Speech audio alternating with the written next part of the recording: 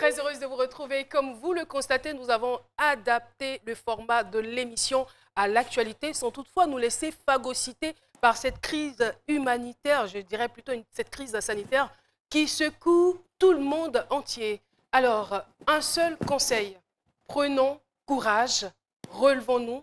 C'est vrai que le Covid, il est pesant, il est présent, mais la vie, elle est encore plus présente. La vie ne s'est pas arrêtée. Bienvenue à toutes et à tous. Vous êtes dans ce midi et je suis très très bien encadrée. Voilà. Je vais commencer par la gauche. Eh bien, elle, c'est Kassamoa Sandra. Merci de l'applaudir. C'est un mélange. Merci, Caroline. Merci de l'applaudir depuis votre domicile. Voilà. Elle aime bien ça. Oui, j'aime bien ça. Ça va, tout va bien? Oui, ça va. Et la famille, et vous les êtes parents. ravissante. Merci Merci infiniment. J'aime bien ça. Alors, Marie-Paul Adjé. Bonjour, ce Madame Da Silva. Oh, quel merci, charme. merci La classe, infiniment. quoi. Merci beaucoup. Eh ben, je vais profiter, comme je n'ai pas eu l'occasion, pour souhaiter un bon mois de Ramadan à tous, qu'Allah facilite et que ça se passe pour le mieux pour vous. Et surtout, respecter dans ce mois de carême toutes les consignes Oui, bien sûr, faut faire très sanitaires. attention, tout à fait. Voilà. Et puis on espère que ça va vite passer. Ça va passer, ça va passer. Et Amen. on va Amen. retrouver nos bonnes habitudes. Docteur Philo, Oui. j'adore ce style. Ouais, ça fait plaisir. Il est fidèle à cette émission. Mais j'adore mon pays quand même. Ce matin, j'ai pensé à toute la Côte d'Ivoire et voilà, c'est beau. Et puis... Mais avec ce look, pourquoi vous voyez là, ça vous fait penser à quoi? Un artiste. Oui, un artiste danseur. J'ai fait le kimbok. Ah, c'est Moi, vrai j'ai en fait le kimbok. plus. Oui, voilà, c'est ce que vous ok. ne savez pas. J'ai fait le kimbok à l'époque. Mais on n'est pas étonné, hein. Voilà, Il a fait beaucoup de voilà. choses, hein, Docteur À un Philo. moment donné, vu mes performances, Wara Liking était obligé de me dire va. Parce que sa place était menacée. Le niveau était trop élevé pour elle, alors elle vous a dit, monsieur, je vous libère. Oui, elle se sentait en danger. Vous Parce que faites- j'étais très performant et puis tous les rythmes et autres, et puis voilà. Vous faites bien d'en parler Félicitations. parce qu'aujourd'hui, c'est la journée internationale de la danse. Alors, c'est une manifestation culturelle mise en place depuis 1982 par un comité international de danse de l'Institut international du théâtre, une ONG associée donc à l'UNESCO. Et voilà, nous sommes donc le 29 avril. On en parlera d'ailleurs avec notre invité. Eh bien, c'est un danseur, j'allais dire un artiste dans l'âme, qui a beaucoup apporté au paysage culturel ivoirien et africain. Dans quelques petits instants, il nous rejoindra. Mais avant, voici son portrait. Aujourd'hui, C'est Midi reçoit un passionné des arts et des cultures du monde. Originaire de Babimbi, village situé au centre du Cameroun, Bimaï Epouk Jean Magloire, alias Mounlato, est un artiste et fondateur de Mounlato Art, âgé d'une cinquantaine d'années. Après son bac littéraire, Mounlato s'intéresse aussitôt au domaine artistique. C'est en 1995, précisément au village Kii de la prêtresse Werwerli King, qu'il finit par déposer ses valises pour parfaire ses talents innés de danseur. Une formation qui va durer 3 ans.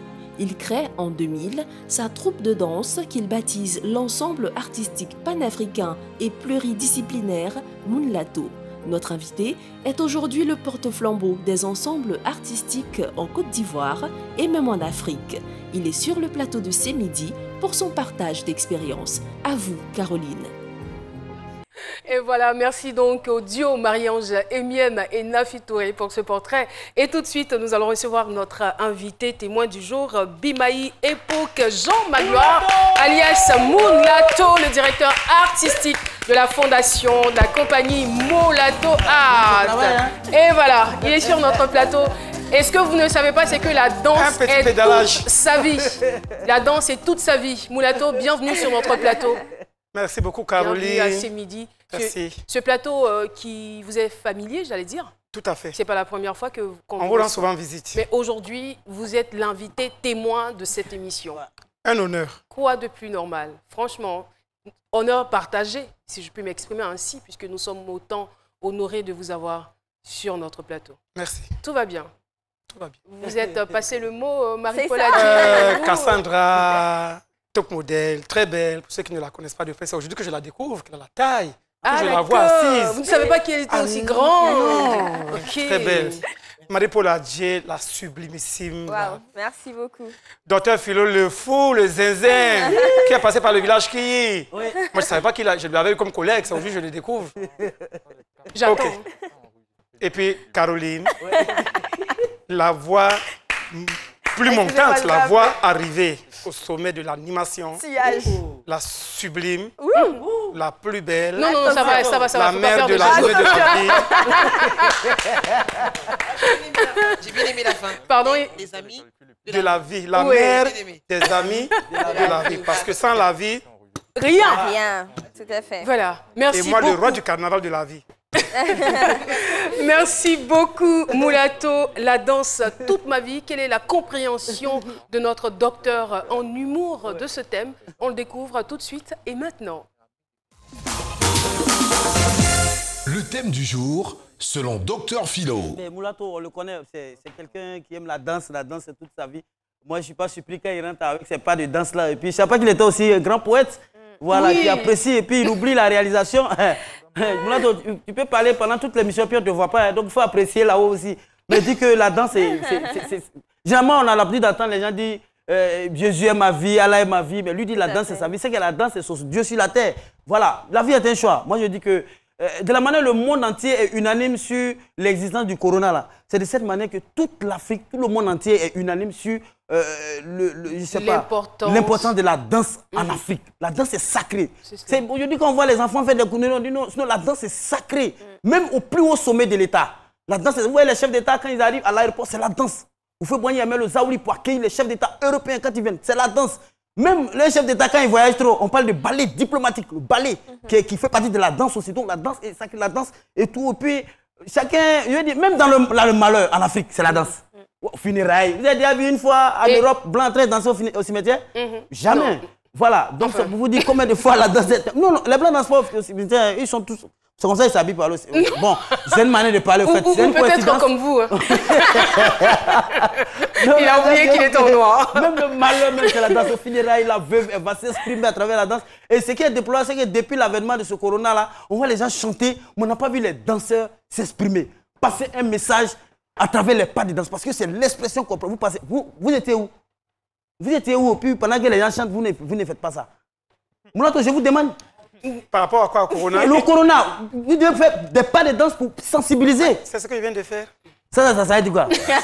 Bon, moi je vous donne l'exclusivité. Arrête, voilà, corona. pour dire, vous voyez, tu vois, je sensibilise. Je peux le faire. Lavez les mains. Je fais une petite démo. Non, c'est moi d'abord.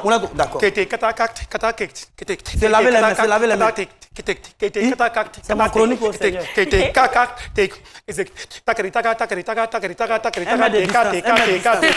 Un mètre. Distancia. Distancia. Distancia. Dans le creux du cou. Salutations. Ouais.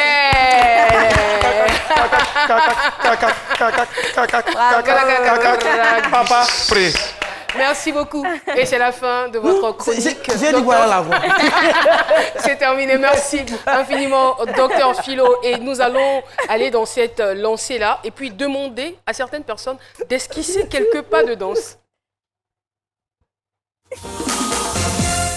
Chris Pattern à Sémian, c'est votre opinion.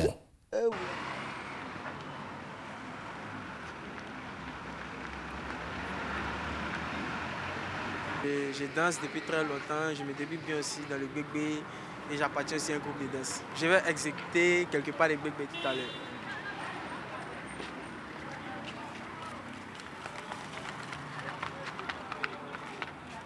Il n'y a pas de souci, je peux danser.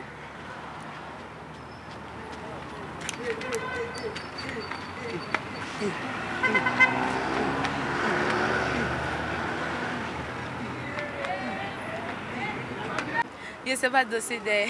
Moi, je ne sais pas danser. Hein. Moi, j'aime la musique. J'écoute bien la musique, mais danser là, en tout cas, moi, je ne peux pas. Voilà, mais quand je vois les gens danser, ça me fait plaisir, quoi. Mais moi, ça me fatigue. Et voilà, on a de super grands danseurs dans ce pays. Alors, je rappelle que nous sommes en compagnie de Moulato. Moulato, qui est un artiste, je dirais, panafricain. Et pluridisciplinaire. Pluridisciplinaire à la fois, qui a décidé donc de mettre son talent et son savoir-faire au service de sa communauté. Moulato, c'est en 1994 que vous avez quitté Edea, votre village situé dans le littoral du Cameroun. Et vous avez séjourné au Gabon, au Bénin, au Togo, ensuite au Ghana, pour finalement poser vos valises en Côte d'Ivoire. Qu'est-ce qui vous a poussé à rester depuis 1995 dans ce pays? D'abord, je dirais peut-être qu'est-ce qui m'a poussé à partir. Je suis orphelin de mère depuis l'âge de 5 ans. Et donc, il y a d'abord une petite maltraitance, je ne vais pas rentrer dans les détails. Et puis, je me découvre des talents de danseur un peu, je veux chanter, je veux danser. Vous savez, les parents en Afrique, ce n'est pas évident qu'un père accepte ou une mère accepte de prime abord qu'un enfant dise « je vais danser, je vais chanter ». Et donc, la réaction ne va pas se faire attendre, je ne veux pas. J'essaie, je ne veux pas. Mais, entre-temps, j'ai fait la formation de bénisterie. Et donc, dans mon atelier de bénisterie, je finissais de travailler, je dansais. Je finissais de travailler, je me mettais à essayer de chanter, composer. Et donc, je décide donc de partir. Vous avez tout de même obtenu un bac littéraire? Tout à fait. Vous auriez pu continuer à l'université, mais vous, c'était voilà, la danse. La petite histoire, voilà, je vais à l'école normalement, j'ai mon entrée en 6e, mon CEP, mon concours d'entrée en 6e, et puis un jour, notre père nous rassemble, il dit, je suis seul, je n'ai pas de frère ni sœur, si la mort venait à m'arracher, qui va vous pousser à l'école? Donc moi, je décide de vous déscolariser, de vous faire apprendre des métiers. Comme ça, même si la mort me prend, quand tu as un métier, tu es blindé. Moi, je n'étais pas de cet avis. C'était vraiment la révolte. C'était une sorte de sécurité pour nous. C'était vraiment la révolte. Et puis bon, la petite révolte là, tu peux seulement randonner derrière, tu ne peux rien dire. Donc, choisissez les métiers. Lui qui ne choisit pas, il reste au village, faire le chant avec moi. Tout petit, franchement, je sais qu'aujourd'hui, je sais qu'il y a les enfants et puis il y a les autres aussi. Depuis petit, ma tête est là, internationale, loin, dans le monde. Voilà, des grands rêves et tout, tout, tout. Donc, je dis non, le village là, c'est pas que c'est mauvais. Mais ce que je vise là, c'est beaucoup d'autres choses. Et donc, j'accepte le métier. Il m'envoie donc apprendre à IDEA. J'accepte d'apprendre.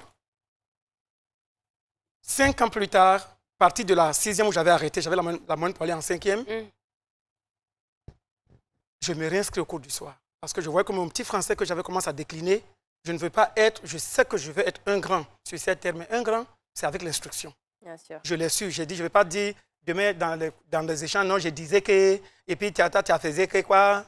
Donc, voilà, et donc je me réinscris au cours du soir en 3e. On me dit, mais attends, tu es fou. Tu vas en 3e, tu pars de la 6e, 5 ans plus tard dans la menuiserie. Et je décroche le BPC, coup de tonnerre. Donc les cousins, cousines qui avaient arrêté l'école depuis des années, qui avaient fait des enfants, décident d'y retourner. Et c'est comme ça que je suis allé jusqu'au bac. Alors, donc, voilà, c'est là que je commence à comprendre le sens de leader, toujours gagner, toujours gagnant. Là, j'ai décidé de ne plus rien laisser. Et voilà. C'est vrai que quand les difficultés se présentent à nous, on s'en plaint. Je n'avais même pas de choix. Mais les difficultés, c'est tellement formateur. Voilà. Ça forge le caractère. Je n'ai même pas de choix. Voilà. Un orphelin de mère, vous savez, c'est quoi en Afrique. Donc, je n'avais même pas de choix. Alors donc, et c'est comme ça que je continue à Yaoundé, j'ouvre mon petit atelier et je commence à essayer de danser, chanter, suivre les amis danseurs, ainsi de suite. Et puis, comme mon père ne veut pas, je décide de partir. Je vais donc, je fais contre son gré. Contre. Je ne demandais même plus la vie. Voilà, je décide de partir une nuit. Le lendemain, je fais mes petites économies, je fais mon passeport, je vais à l'ambassade, tout petit comme ça. On me regarde, toi, tu vas où? J'ai dit, je vais au Gabon. Tu as quelqu'un là-bas, je mange. J'ai dit, oui, je connais personne. On m'a même raconté l'histoire que Côte d'Ivoire est jolie, que Gabon, je ne connais personne. J'ai vu personne revenir de là-bas. Donc, je me jette. Donc, je dis, mais je vais aller donc à Hinkaha pour tout apprendre de tous ces pays, à pied, de mes erreurs, de ceci, de toute la misère, et ainsi de suite. Je ne vais pas sauter, chercher bien d'avion, aller en Europe, et puis je veux aller. Demain, là, on ne me dira pas que Gabon est comme ça, je connais tout. Est-ce que lorsque vous quittiez le Cameroun, vous saviez exactement où vous alliez, ou c'était juste aller tenter une aventure dans un pays voisin? Je veux réaliser mon rêve de danseur et d'artiste. Mais vous pensiez que ce n'était pas possible de réaliser ce rêve-là au Cameroun? Non, ce n'est pas possible parce que je suis déjà ébéniste, tout jeune. Je vois mon petit atelier qui commence un peu à fonctionner. Je commence à aider, à soutenir mes frères et sœurs, etc. Alors, je savais que ça me demandait un autre sacrifice. Alors, je ne vais pas oser dire aux gens que moi, j'arrête les bénisteries, je vais danser. Bon, mes oreilles là. J'ai dit, bon, vos langues, vos avis et tout, gardez-les, chacun pour soi. Dieu nous pousse. Un jour, si Dieu veut, on se reverra. Moi, mon rêve, je vais chercher à le réaliser. D'accord. Alors, donc, comme je le disais, Gabon, Bénin, Togo et Ghana, en 1995, vous atterrissez donc en Côte d'Ivoire.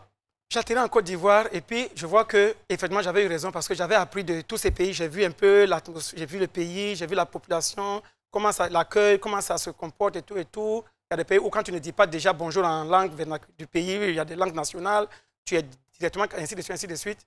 Ok, donc je me disais non, ça ne m'arrange pas. Et arrivé en Côte d'Ivoire, je vois que c'est plus de 60 ethnies, comme le Cameroun. Quand je vois la végétation, la verdure ici, puis des déserts de l'autre côté, les fleuves, bon, je vois à peu près, et puis l'accueil, la chaleur, bon, je me suis retrouvé. Pays d'hospitalité. Voilà, je me suis dit, ici, c'est pas comme quand tu n'as pas dit bonjour en telle langue, tant. Ici aussi, peut-être dire bonjour à Baoulé en français, à lui dire en joulant, ainsi de suite. Donc, de l'autre côté, c'est la même chose. Donc, là, au moins, voilà. Et puis, donc, je me suis dit, bon, je n'ai pas prévu de rester là jusqu'à aujourd'hui. Mais j'ai d'abord cherché une chose à apprendre parce que monsieur m'avait dit au Cameroun, j'étais allé voir le monsieur, mes produits, je vais être artiste, je vais être star. Il m'a dit, mon fils, on ne devient pas artiste sur un album ou sur une œuvre qui n'est pas quelconque. On apprend d'abord et c'est après qu'on prend cette formation pour la matérialiser sur tel ou tel autre support. Donc, tu ne connais rien, tu ne sais même pas de quoi tu parles. Il faut aller apprendre. Tu comprendras plus tard. Ça te choque d'abord. Toi, tu viens voir un producteur, tu as entendu qu'il a produit Paul ou Pierre. Tu te dis que toi, si tu rentres dans son truc, tu viens et puis bah, tu te dis tu ne connais rien, va apprendre. Mais j'ai pris ça en bien et donc je partais donc chercher le savoir. Et donc, voilà pourquoi arrivé en Côte d'Ivoire, imperturbable. Même sur tout mon passage là, je cherche à apprendre.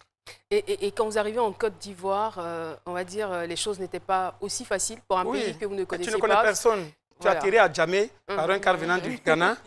Tu as atterri à Djamé. Voilà Djamé, voilà toi. Et voilà une anecdote. J'ai atterri à Djamé depuis le Bénin à faire des attiékés poissons. Je ne respire pas. Attiékés poissons, attiékés poissons. C'est au Bénin que vous avez découvert attiékés poissons. Attendez, Garba me manque, attiékés poissons. J'arrive à Djamé. Première commande, attiékés poissons. Voilà attiékés, voilà poisson avec condiment. Mais je ne sais pas que l'attiéké là n'a ni sel, ni sucre, ni huile, ni rien. C'est du manioc brut. C'est le poisson et puis les condiments qui sont là qui font la saveur dont on te parle là-bas, attiéké poisson. Moi, je prends attiéké. Vous entendez parler d'attiéké poisson au Bénin, vous découvrez l'attiéké poisson, mais pas comme nous avons l'habitude de consommer. Attiéké poisson d'abord. Donc, je prends l'attiéké, je mets dans la bouche. Sans les condiments. Sans les condiments. Je tourne, je retourne, je retourne, je retourne. Je dis, ah. C'est de ça dont on parlait. Attiéké me manque là. C'est ça là qui est attiéké là. Donc, je me cache, je crache. Je viens, je paye la dame. Et puis, soro, je m'en vais. J'ai regretté, ça m'a fait mal. J'ai dit, oh là là, attiéké, je n'ai pas respiré là, c'est ça là. Et c'est plus tard que je découvre. Aujourd'hui, je ne m'en passe pas. Attiéké poisson, garde. Matin, midi, soir. Et vous n'avez pas que découvert l'attiéké poisson. Vous avez fait une belle rencontre, la rencontre du village qui... Tout à fait. Je passe à Djamé, puisque ma tête, il faut que je trouve un centre. Le monsieur m'a dit au Cameroun, apprendre d'abord, avant de devenir artiste. Je vois le village Kiyimbok. Je dis, mais Kiyimbok, ça c'est un mot de chez moi. Kiyimbok. Mais bizarre, comment quelqu'un de chez moi aussi va se retrouver en Côte d'Ivoire? Il dit, mais toi, mais tu fais quoi ici? Donc, c'est possible. Et je me renseigne. On me dit, oui, c'est une dame camerounaise qui est à la Riviera 2, ainsi de suite, qui a une compagnie artistique. Tiens, je me renseigne, on m'indique. J'arrive au village qui... Donc, je passe l'audition comme tout le monde. On ne doit pas être déjà fort. Juste qu'on entende si tu as une voix quand même, une gorge. Si ta parole on ne va pas donner tous les détails, voilà. Mais qu'est-ce que ce village vous a apporté? Cette dame, elle m'a tout apporté. D'abord, j'ai d'abord une chance que j'ai eu un père. Aujourd'hui, je trouve que c'est une chance. Avant, tu prends ça comme maltraitance. Mais un père qui a porté, qui a bastonné, qui a dressé, qui a fabriqué de toutes pièces. Et donc, Aurélie King est la photocopie de mon père. C'est sa sœur jumelle. C'est sa sœur jumelle. Elle était très n'arrête pas de travailler. Mon père, on le poursuivait au champ avec une lampe torche. Parce que si c'est dit que je vais défricher de là à là, qu'il n'a pas terminé, 20 heures, on allume la lampe, on le rejoint. C'était ça mon père. Et nous tous, donc depuis très petit, d'abord la main pour les garçons, machette pour les filles, etc. etc. On l'a fait. Donc, arrivé au village, qui voilà la photocopie de mon père. Et tout le monde fuit. Tout le monde se cache, tout le monde la fuit. Le week-end, tout le monde veut aller à Bobo en famille, ainsi de suite. Moi, je n'ai pas famille aussi à Bobo. Je n'ai pas quelque part d'autre. Donc, tu es collé. Et moi, je n'ai pas donc ressenti le côté douleur, le côté peine que les autres fuyaient, parce que moi-même, le travail là était déjà là. La douleur, tout était déjà là. Mais au finish... c'était un bonheur. C'est moi qui l'accompagne à Djamé, au Kaolin, acheter ses étoffes. Papa, on fait comme ça. Papa, elle ne finit pas. Elle finit, elle est sur l'ordinateur. Elle finit, elle est en train de faire les dossiers pour envoyer ici. Et j'ai tout croqué parce que j'avais soif d'apprendre, parce que c'est ce que j'étais venu chercher. Elle est là, elle n'est pas morte. C'était un bonheur. J'ai tout pris, je le dis, j'ai tout appris, j'ai pris plus que tout le monde. Et c'est ce qui ressort, qui rejaillit. Et vous avez passé combien d'années là-bas au village? J'ai fait 2 ans. près de 3 ans, mais j'étais malade souvent, tout le temps. Et donc, je n'ai vraiment pas fait un cursus. C'était entrecoupé. Je suis malade 2 mois. Après, j'ai convalescence. Et puis, mais si on veut totaliser vraiment que je me suis arrêté sur mes jambes, j'ai dansé, j'ai appris, c'était 2 ans. 2 ans. Donc, même quand on allait à l'ambassade des États-Unis ou à gauche, à droite, on dit, mais lui, il connaît quoi? Village qui nous, on connaît là. Il vient d'arriver, puis tu dis qu'il connaît quoi, puis il va où? Mais aux âmes bien nées. La La valeur n'attend pas le nombre des années. J'ai Alors, appris. Cassandra, Je voudrais très belle savoir, histoire. ouais, au cours de quelle occasion vous avez reçu tous ces trophées-là? Oui, ça, c'était le concerto d'or par Guy Modeste Dogbo, d'ici d'Abidjan, organiser les concertos. Et donc, un jour, ils ont initié des prix. Ils ont trouvé que j'étais la meilleure compagnie de Côte d'Ivoire. Ici, c'est une grande histoire. C'est mon histoire de carnaval. C'est mon début de carnaval. Le ministre Mel Théodore, en son temps, lance le Nzassa Festival d'Abidjan. Eux, ils organisent le Nzassa Festival, il n'y a rien du Nzassa. Et je vais dans les ateliers, je ramasse des chutes, des déchets, j'ai des poussières, je découpe. Je viens voir un couturier pour piquer des pagnes, je vais faire des tenues en Nzassa. Il me dit, toi-même, il faut piquer tes pagnes, tu envoies, je vais coudre. Toi, tu ne sais pas que c'est Coco qui est là. Bon, je ne sais pas ce que ça veut dire. Et effectivement, je m'achète une petite machine, tête noire, je m'assois près de lui, me montre comment on passe le fil. En une journée, j'ai déjà piqué un pagne. Il me dit, mais toi, tu sais coudre? J'ai dit, je sais coudre, puis je ne sais pas mettre le fil dans l'aiguille. Et donc, je pique mes pagnes, il me fait une collection en Nzassa. Et le jour du Nzassa Festival, c'est là que j'ai commencé mon histoire de carnaval, les pots de fleurs que vous voyez à Bassam, les tons de cocotiers taillés là, avec des herbes teints là. Je prends, je mets sur la tête de la fille, je n'ai pas vu le Brésil, je ne sais pas qu'il y a le carnaval, je ne connais rien de tout. Donc, je me dis, j'ai été formé par Rolly King. J'ai tout appris, mais quand je vais danser, j'ai commencé mon lato. On dit, ah, c'est le village qui y a, c'est le village qui... Bon, ce n'était pas pour nier ma maman, mais je me suis dit, elle a écrit son nom, comme le côté bas, comme Rosemary Guiraud. J'écris le mien aussi.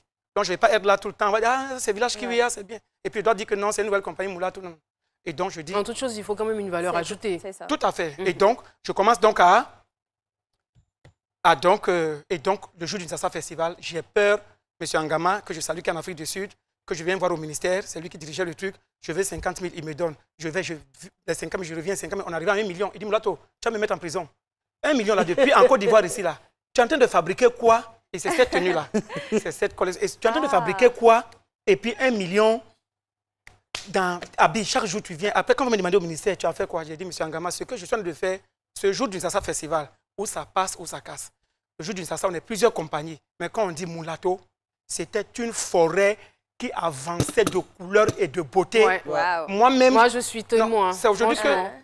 Et le président Gbagbo, en son temps, il y avait plein de trophées qui étaient sur une table. Je n'ai pas vu tout ça, qui était pour primer les pionniers. Voilà cette collection. Voilà le Nzassa Caroline. Ah, c'est beau. Voici C'est beau, le Nzassa c'est magnifique. Festival. C'est magnifique. Et le ministre qui fond, M. Théodore, M. Angama, qui vient me serrer pour me dire tu m'as honoré. Et le président Gbagbo, les trophées étaient pour Adrien Courtois, pour Village qui, pour Côte d'Ivoire, pour les pionniers. Soulève le trophée, on dit appelez-moi Moulato. Une honneur et d'excellence. Moulato! Moi, je suis en train d'aller déshabiller mes filles pour ranger mes trucs et tout. Je savais que c'est le début de quelque chose. Un garde du corps vient en courant, dit qui est Moulato, qui est Moulato? Ah, tu es tout dans tes costumes. Le chef d'État t'appelle là-bas pour te. J'ai dit, pour me faire quoi? On dit trophée. Il dit, mais on ne m'a pas dit qu'il y avait trophée, il y avait un concours ici. On dit, il faut venir. Alors, Moulato, à travers votre témoignage, à travers votre parcours, nous comprenons aisément que la danse est véritablement toute votre vie. Ouais. Mais au-delà de cela, que pensez-vous avoir réellement apporté au paysage culturel ivoirien? Au paysage culturel ivoirien et africain, j'ai apporté ça. Ça. Le carnaval. Le spectacle carnavalesque, la tenue carnavalesque. Et pour la petite histoire, je refais une deuxième prestation devant l'ancien gouverneur Djidji Amonji, qui, avant son discours, c'est Moulato qui passe, quand il prend le micro, il ne tarit pas d'éloge. Mais quel est ce groupe qui me rappelle le carnaval de Rio? Les enfants me touchent, papa, arrête de parler. Écoute ce que le gouverneur dit, que ça lui ressemble carnaval. Il dit carnaval de Rio, c'est où encore? Je ne connais pas Brésil, je n'ai pas Internet, je n'ai pas portable à l'époque. Et puis, un mois plus tard, j'étais dans une galère, le soleil, je marche dans tout Abidjan. Je demande à Dieu, mais je peux faire tout ça, et puis je souffre. Et puis mon téléphone sonne, M. Dobo qui me dit, même les fous là, Dieu les regarde. Comme toi, tu es fou dans ta chose là. Le gouverneur dit de venir avec ton passeport, tu vas aller au Brésil, que tu ne connais pas la bien voir. Carnaval de Rio, puis tu as venu nous faire carnaval d'Abidjan. Et voilà comment je me retrouve au carnaval de Rio. C'est le plus beau cadeau de ma vie. Et, bizarrement, je vois aussi des robes gonflées. Moi, je ne sais pas ce qu'ils ont mis dedans. Même si pour moi, c'est tuyau de... tuyau orange comme dans le courant dedans, là. Que moi, j'ai mis des ceinturons, j'ai fait gonfler et tout. Comment ils ont fait ce qu'ils mettent dedans, ce qu'elles suivent. Je me rends compte que moi, j'avais peur pour rien. Leurs robes sont plus énormes. C'est plus... Et ça m'a donc pété le cerveau. J'ai compris que, peut-être que je suis une réincarnation de là-bas. Oui, franchement. Donc, j'ai quelque chose à donner. continuer. J'apprécie énormément votre Bravo. travail pour avoir collaboré avec vous pendant 2 ans sur la fête de la vie. On a eu du spectacle, on a eu des couleurs chatoyantes. C'était magnifique. Vraiment bravo. Et je pense que... Et en plus, par rapport à ce que j'ai apporté ça et j'ai formé beaucoup de jeunes. J'ai formé beaucoup de jeunes contre vents et marées. D'accord. Il y a la calomnie. Il te donne quoi? Il te paie même combien? Ça, c'est le quotidien de la vie. Hein. Et cela. Mais quand l'enfant écoute ça et qu'il te fatigue trop et tu le libères, la personne ne le recueille pas. Moi, j'ai une question. Je voudrais savoir, vous êtes un pionnier, on voit ce que vous faites, pardon, c'est magnifique. Selon vous, sous nos cieux ici, est-ce que c'est possible réellement de vivre de cet art-là? Je suis l'exemple. D'accord. Je ne fais rien d'autre que ça. Elle le sait. Tout le monde le sait. Je ne me demandez pas de faire autre chose. Même si vous me proposez 1 million par mois, 2 millions, vous venez m'asseoir ici à la été, je ne viendrai pas. Proposez-moi d'aller m'asseoir aux États-Unis, je n'irai pas. En France, et d'ailleurs, je vais vous dire quelque chose, je me suis lancé un défi que j'ai relevé.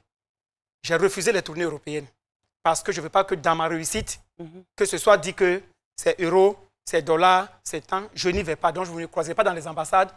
Quand j'ai fini de réussir, ils vont m'appeler, ils vont venir. Oui, j'irai travailler, revenir, mais dire que, comme les autres le font, c'est l'ambassade ou rien, c'est l'Europe ou rien.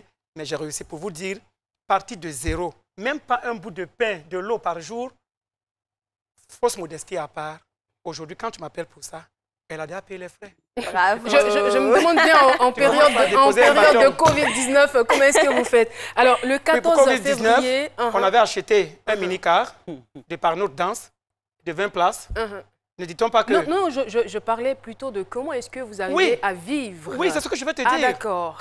Ne dit-on pas que quand il pleut, réserve un peu d'eau. C'est cela. On s'est acheté un mini-car pour notre transport de matériel, les éléments.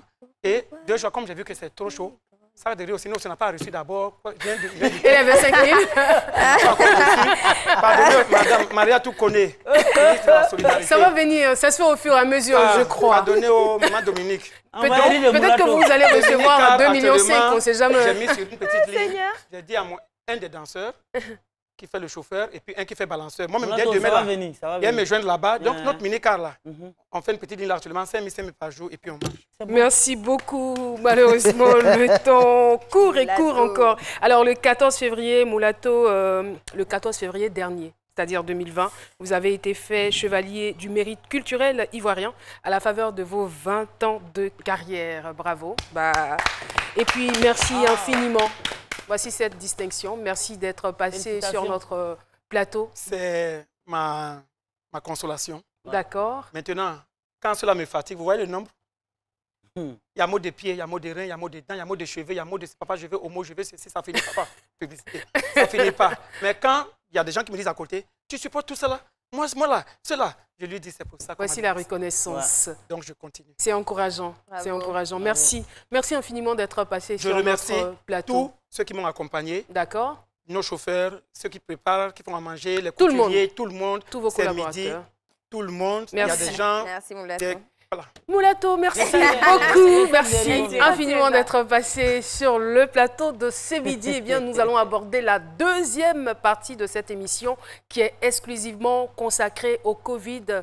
Nous allons répondre à vos questions grâce au docteur Kaboré Linda. Paulus Agathon sera là. À tout de suite. Bonjour, Tanti. S'il vous plaît, je cherche une cabine pour faire transfert. Ma vie, quand tu n'as pas un compte Move Money, il faut acheter une unité avec ça. Avec Move Money, je peux acheter du crédit de communication. Aïe, alors tu sais ce que Move Money peut faire pour toi.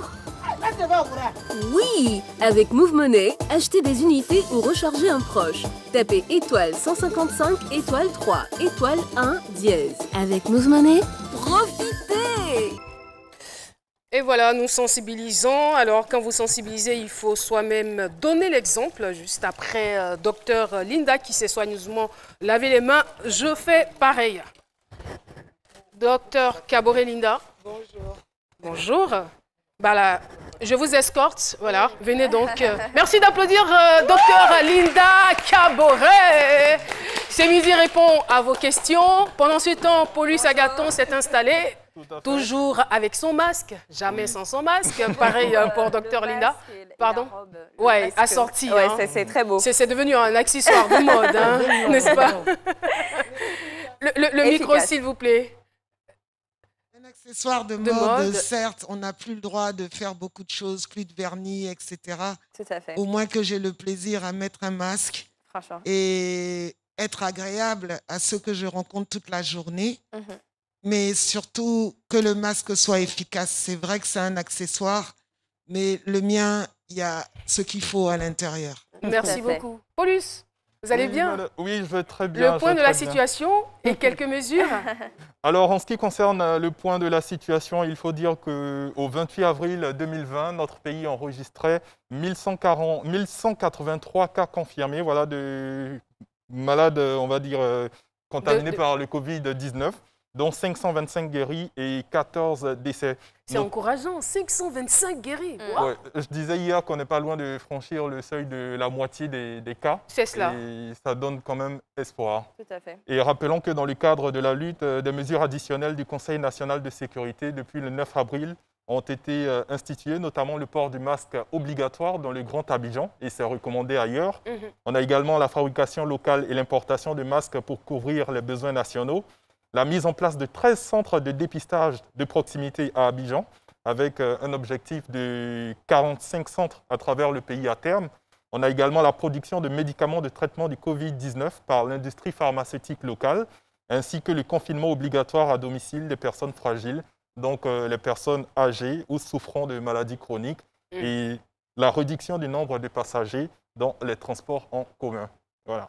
Merci infiniment, Paulus Agathon. Alors, c'est donc le temps pour nous de répondre aux différentes questions de nos internautes. Docteur Philo, vous êtes là, je vous avais oublié.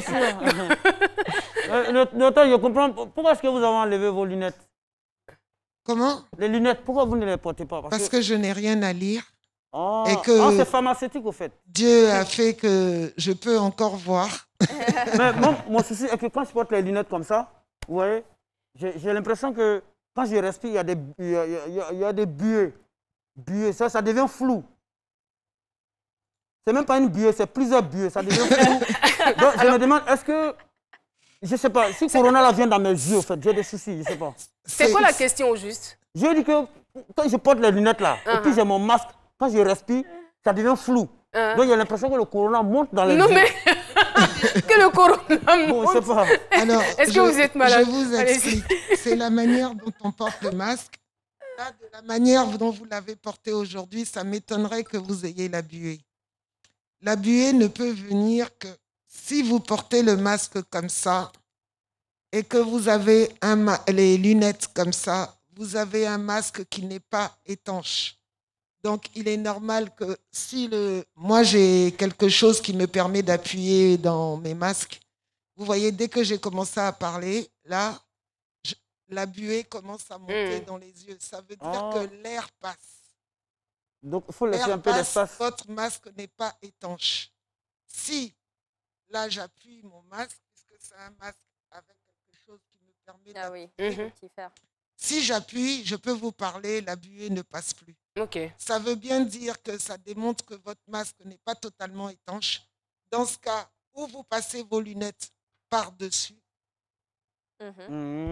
par-dessus pour bloquer, ou vous laissez un petit espace, mais léger, très léger, entre vos lunettes de 1 mm et votre masque pour ne pas que la buée monte. Là, la buée ne monte pas. Merci beaucoup, Dr Philo, mais on a bien compris que le Covid, pour vous, c'est dans votre tête. Il y a un petit secret dedans pour pouvoir rendre son masque étanche, comme les masques chirurgicaux que j'ai mis à l'intérieur. D'accord, merci.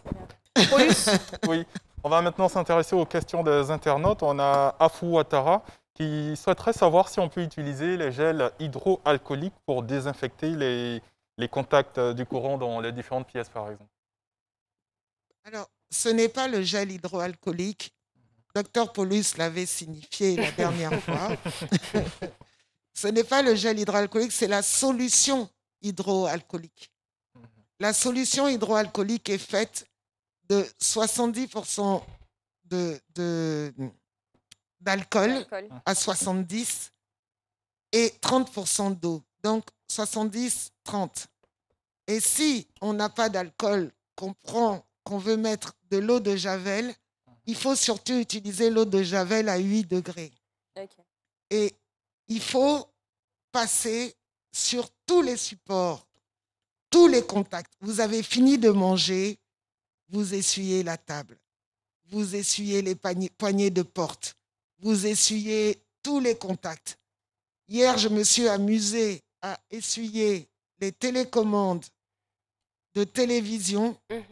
Je vous assure qu'il y en avait qui avaient été oubliés. J'ai dit ouf, parce que amusez-vous à prendre une solution hydroalcoolique et essuyez vos télécommandes de télévision. Vous allez voir de quel côté, de quelle couleur sort le Kleenex. Je le fais, mais là, il y en avait 2 que j'avais oubliés. Il faut le faire tout le temps.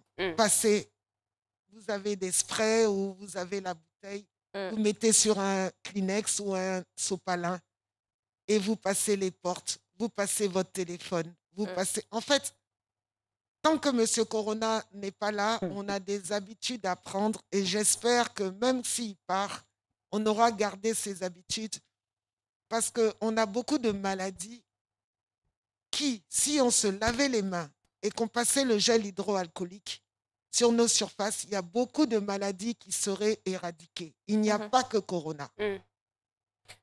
Comme ce n'est pas le sujet aujourd'hui, on reviendra sur ces maladies qu'on peut éliminer, enfin, diminuer le taux de ces maladies rien qu'en se lavant les mains et en nettoyant les surfaces. Elles sont nombreuses et vous les connaissez. Justement, parlant de virus, j'ai ouï dire qu'un virus ne peut jamais disparaître totalement. Le virus, on a dit que quand on était testé négatif, il peut se réveiller. Je pose à nouveau ma question. Oui, il peut se réveiller. En fait, c'est-à-dire qu'on prie aujourd'hui et tous les moyens sont mis à disposition pour faire disparaître le virus. Jaune. Voilà. Mais il paraît qu'un virus ne peut pas totalement disparaître. Je vous explique. Ça tombe bien, ça rejoint le problème des vaccins. La fièvre jaune qui a tué beaucoup de gens a été éradiquée parce qu'on est tous vaccinés contre la fièvre jaune. Il s'est trouvé que l'année dernière, on a eu des gens, la fièvre jaune a réapparu après près de 10-20 ans de disparition, puisqu'il n'y avait que les pays africains qui exigeaient. Les gens trouvent qu'on les embête à l'aéroport, mais ça permettait de contrôler si les gens avaient été vaccinés de la fièvre jaune. Et on a remarqué que quand il y a eu la dengue et de nombreux décès dus à la dengue, ceux qui avaient été vaccinés par la fièvre jaune pour protégés par le vaccin de la fièvre jaune n'étaient pas décédés. La dengue tue en 48 heures. Donc, ceux-là étaient protégés. Donc, cette histoire de vaccination, que les gens refusent d'envoyer leurs enfants se vacciner, on aura la réapparition très grave de maladies comme la fièvre jaune ou la dengue. Donc, c'est un cercle vicieux, mais il faut faire très attention parce que là, on a remarqué qu'à l'hôpital, plus personne n'envoie son enfant, ni pour la tuberculose. La tuberculose existe, elle fait partie des maladies quand on est, par exemple, sidéen ou non sidéen et tout ça. Avec le VIH, la tuberculose a réapparu. Elle aussi, avec le BCG, elle avait disparu. Donc, ne pas emmener son enfant se faire vacciner de la tuberculose, de la fièvre jaune, de la poliomyélite, du tétanos. Le jour où l'enfant se blesse, il peut mourir. On est entièrement d'accord, mais étant donné qu'il y a eu une crise de confiance due à certaines allégations, il serait donc important que l'OMS soit à même de se montrer beaucoup plus rassurante à ce niveau. Oui, mais de toute façon, il y a eu une panique, une psychose mondiale pour un vaccin qui n'existe pas. Donc, cette psychose... C'est normal, c'est une réaction humaine. Non, je sais, c'est une réaction humaine, mais on ne peut pas, et la Côte d'Ivoire n'avait signé aucun accord de test de vaccination. Donc, il n'y avait pas de raison de s'inquiéter. Maintenant, le vaccin, les tests ont commencé en Angleterre. Ils ont commencé, les chercheurs de l'université d'Oxford se sont injectés le vaccin et on verra bien. Et un vaccin, pour qu'il soit élaboré, il faut des mois. Donc, on verra bien la réaction, ça va s'arranger. Est-ce qu'il y aura des effets secondaires et tout? La Côte d'Ivoire a eu aucun test de vaccin. Alors, pourquoi refuser d'envoyer son bébé ou soi-même aller se faire vacciner? La peur? D'accord. Oui, la peur, mais elle n'a pas lieu d'être. D'accord, merci. Pour l'instant, on gère Corona, mais on aura... Comment on gère justement Corona, docteur? Parce que le temps que les mois passent et qu'on trouve un vaccin, actuellement, il y a un traitement, il y a quelque chose? On a des rumeurs, mais on en est où concrètement aujourd'hui? On ne peut pas donner le traitement utilisé en Côte d'Ivoire. Pour éviter l'automédication. Déjà, les décès qu'on a, très souvent, sont dus à l'automédication. Hier, j'ai entendu la nouvelle d'un décès d'une jeune fille qui ne toussait pas, mais qui avait la fièvre et tout, et qui est décédée cette nuit.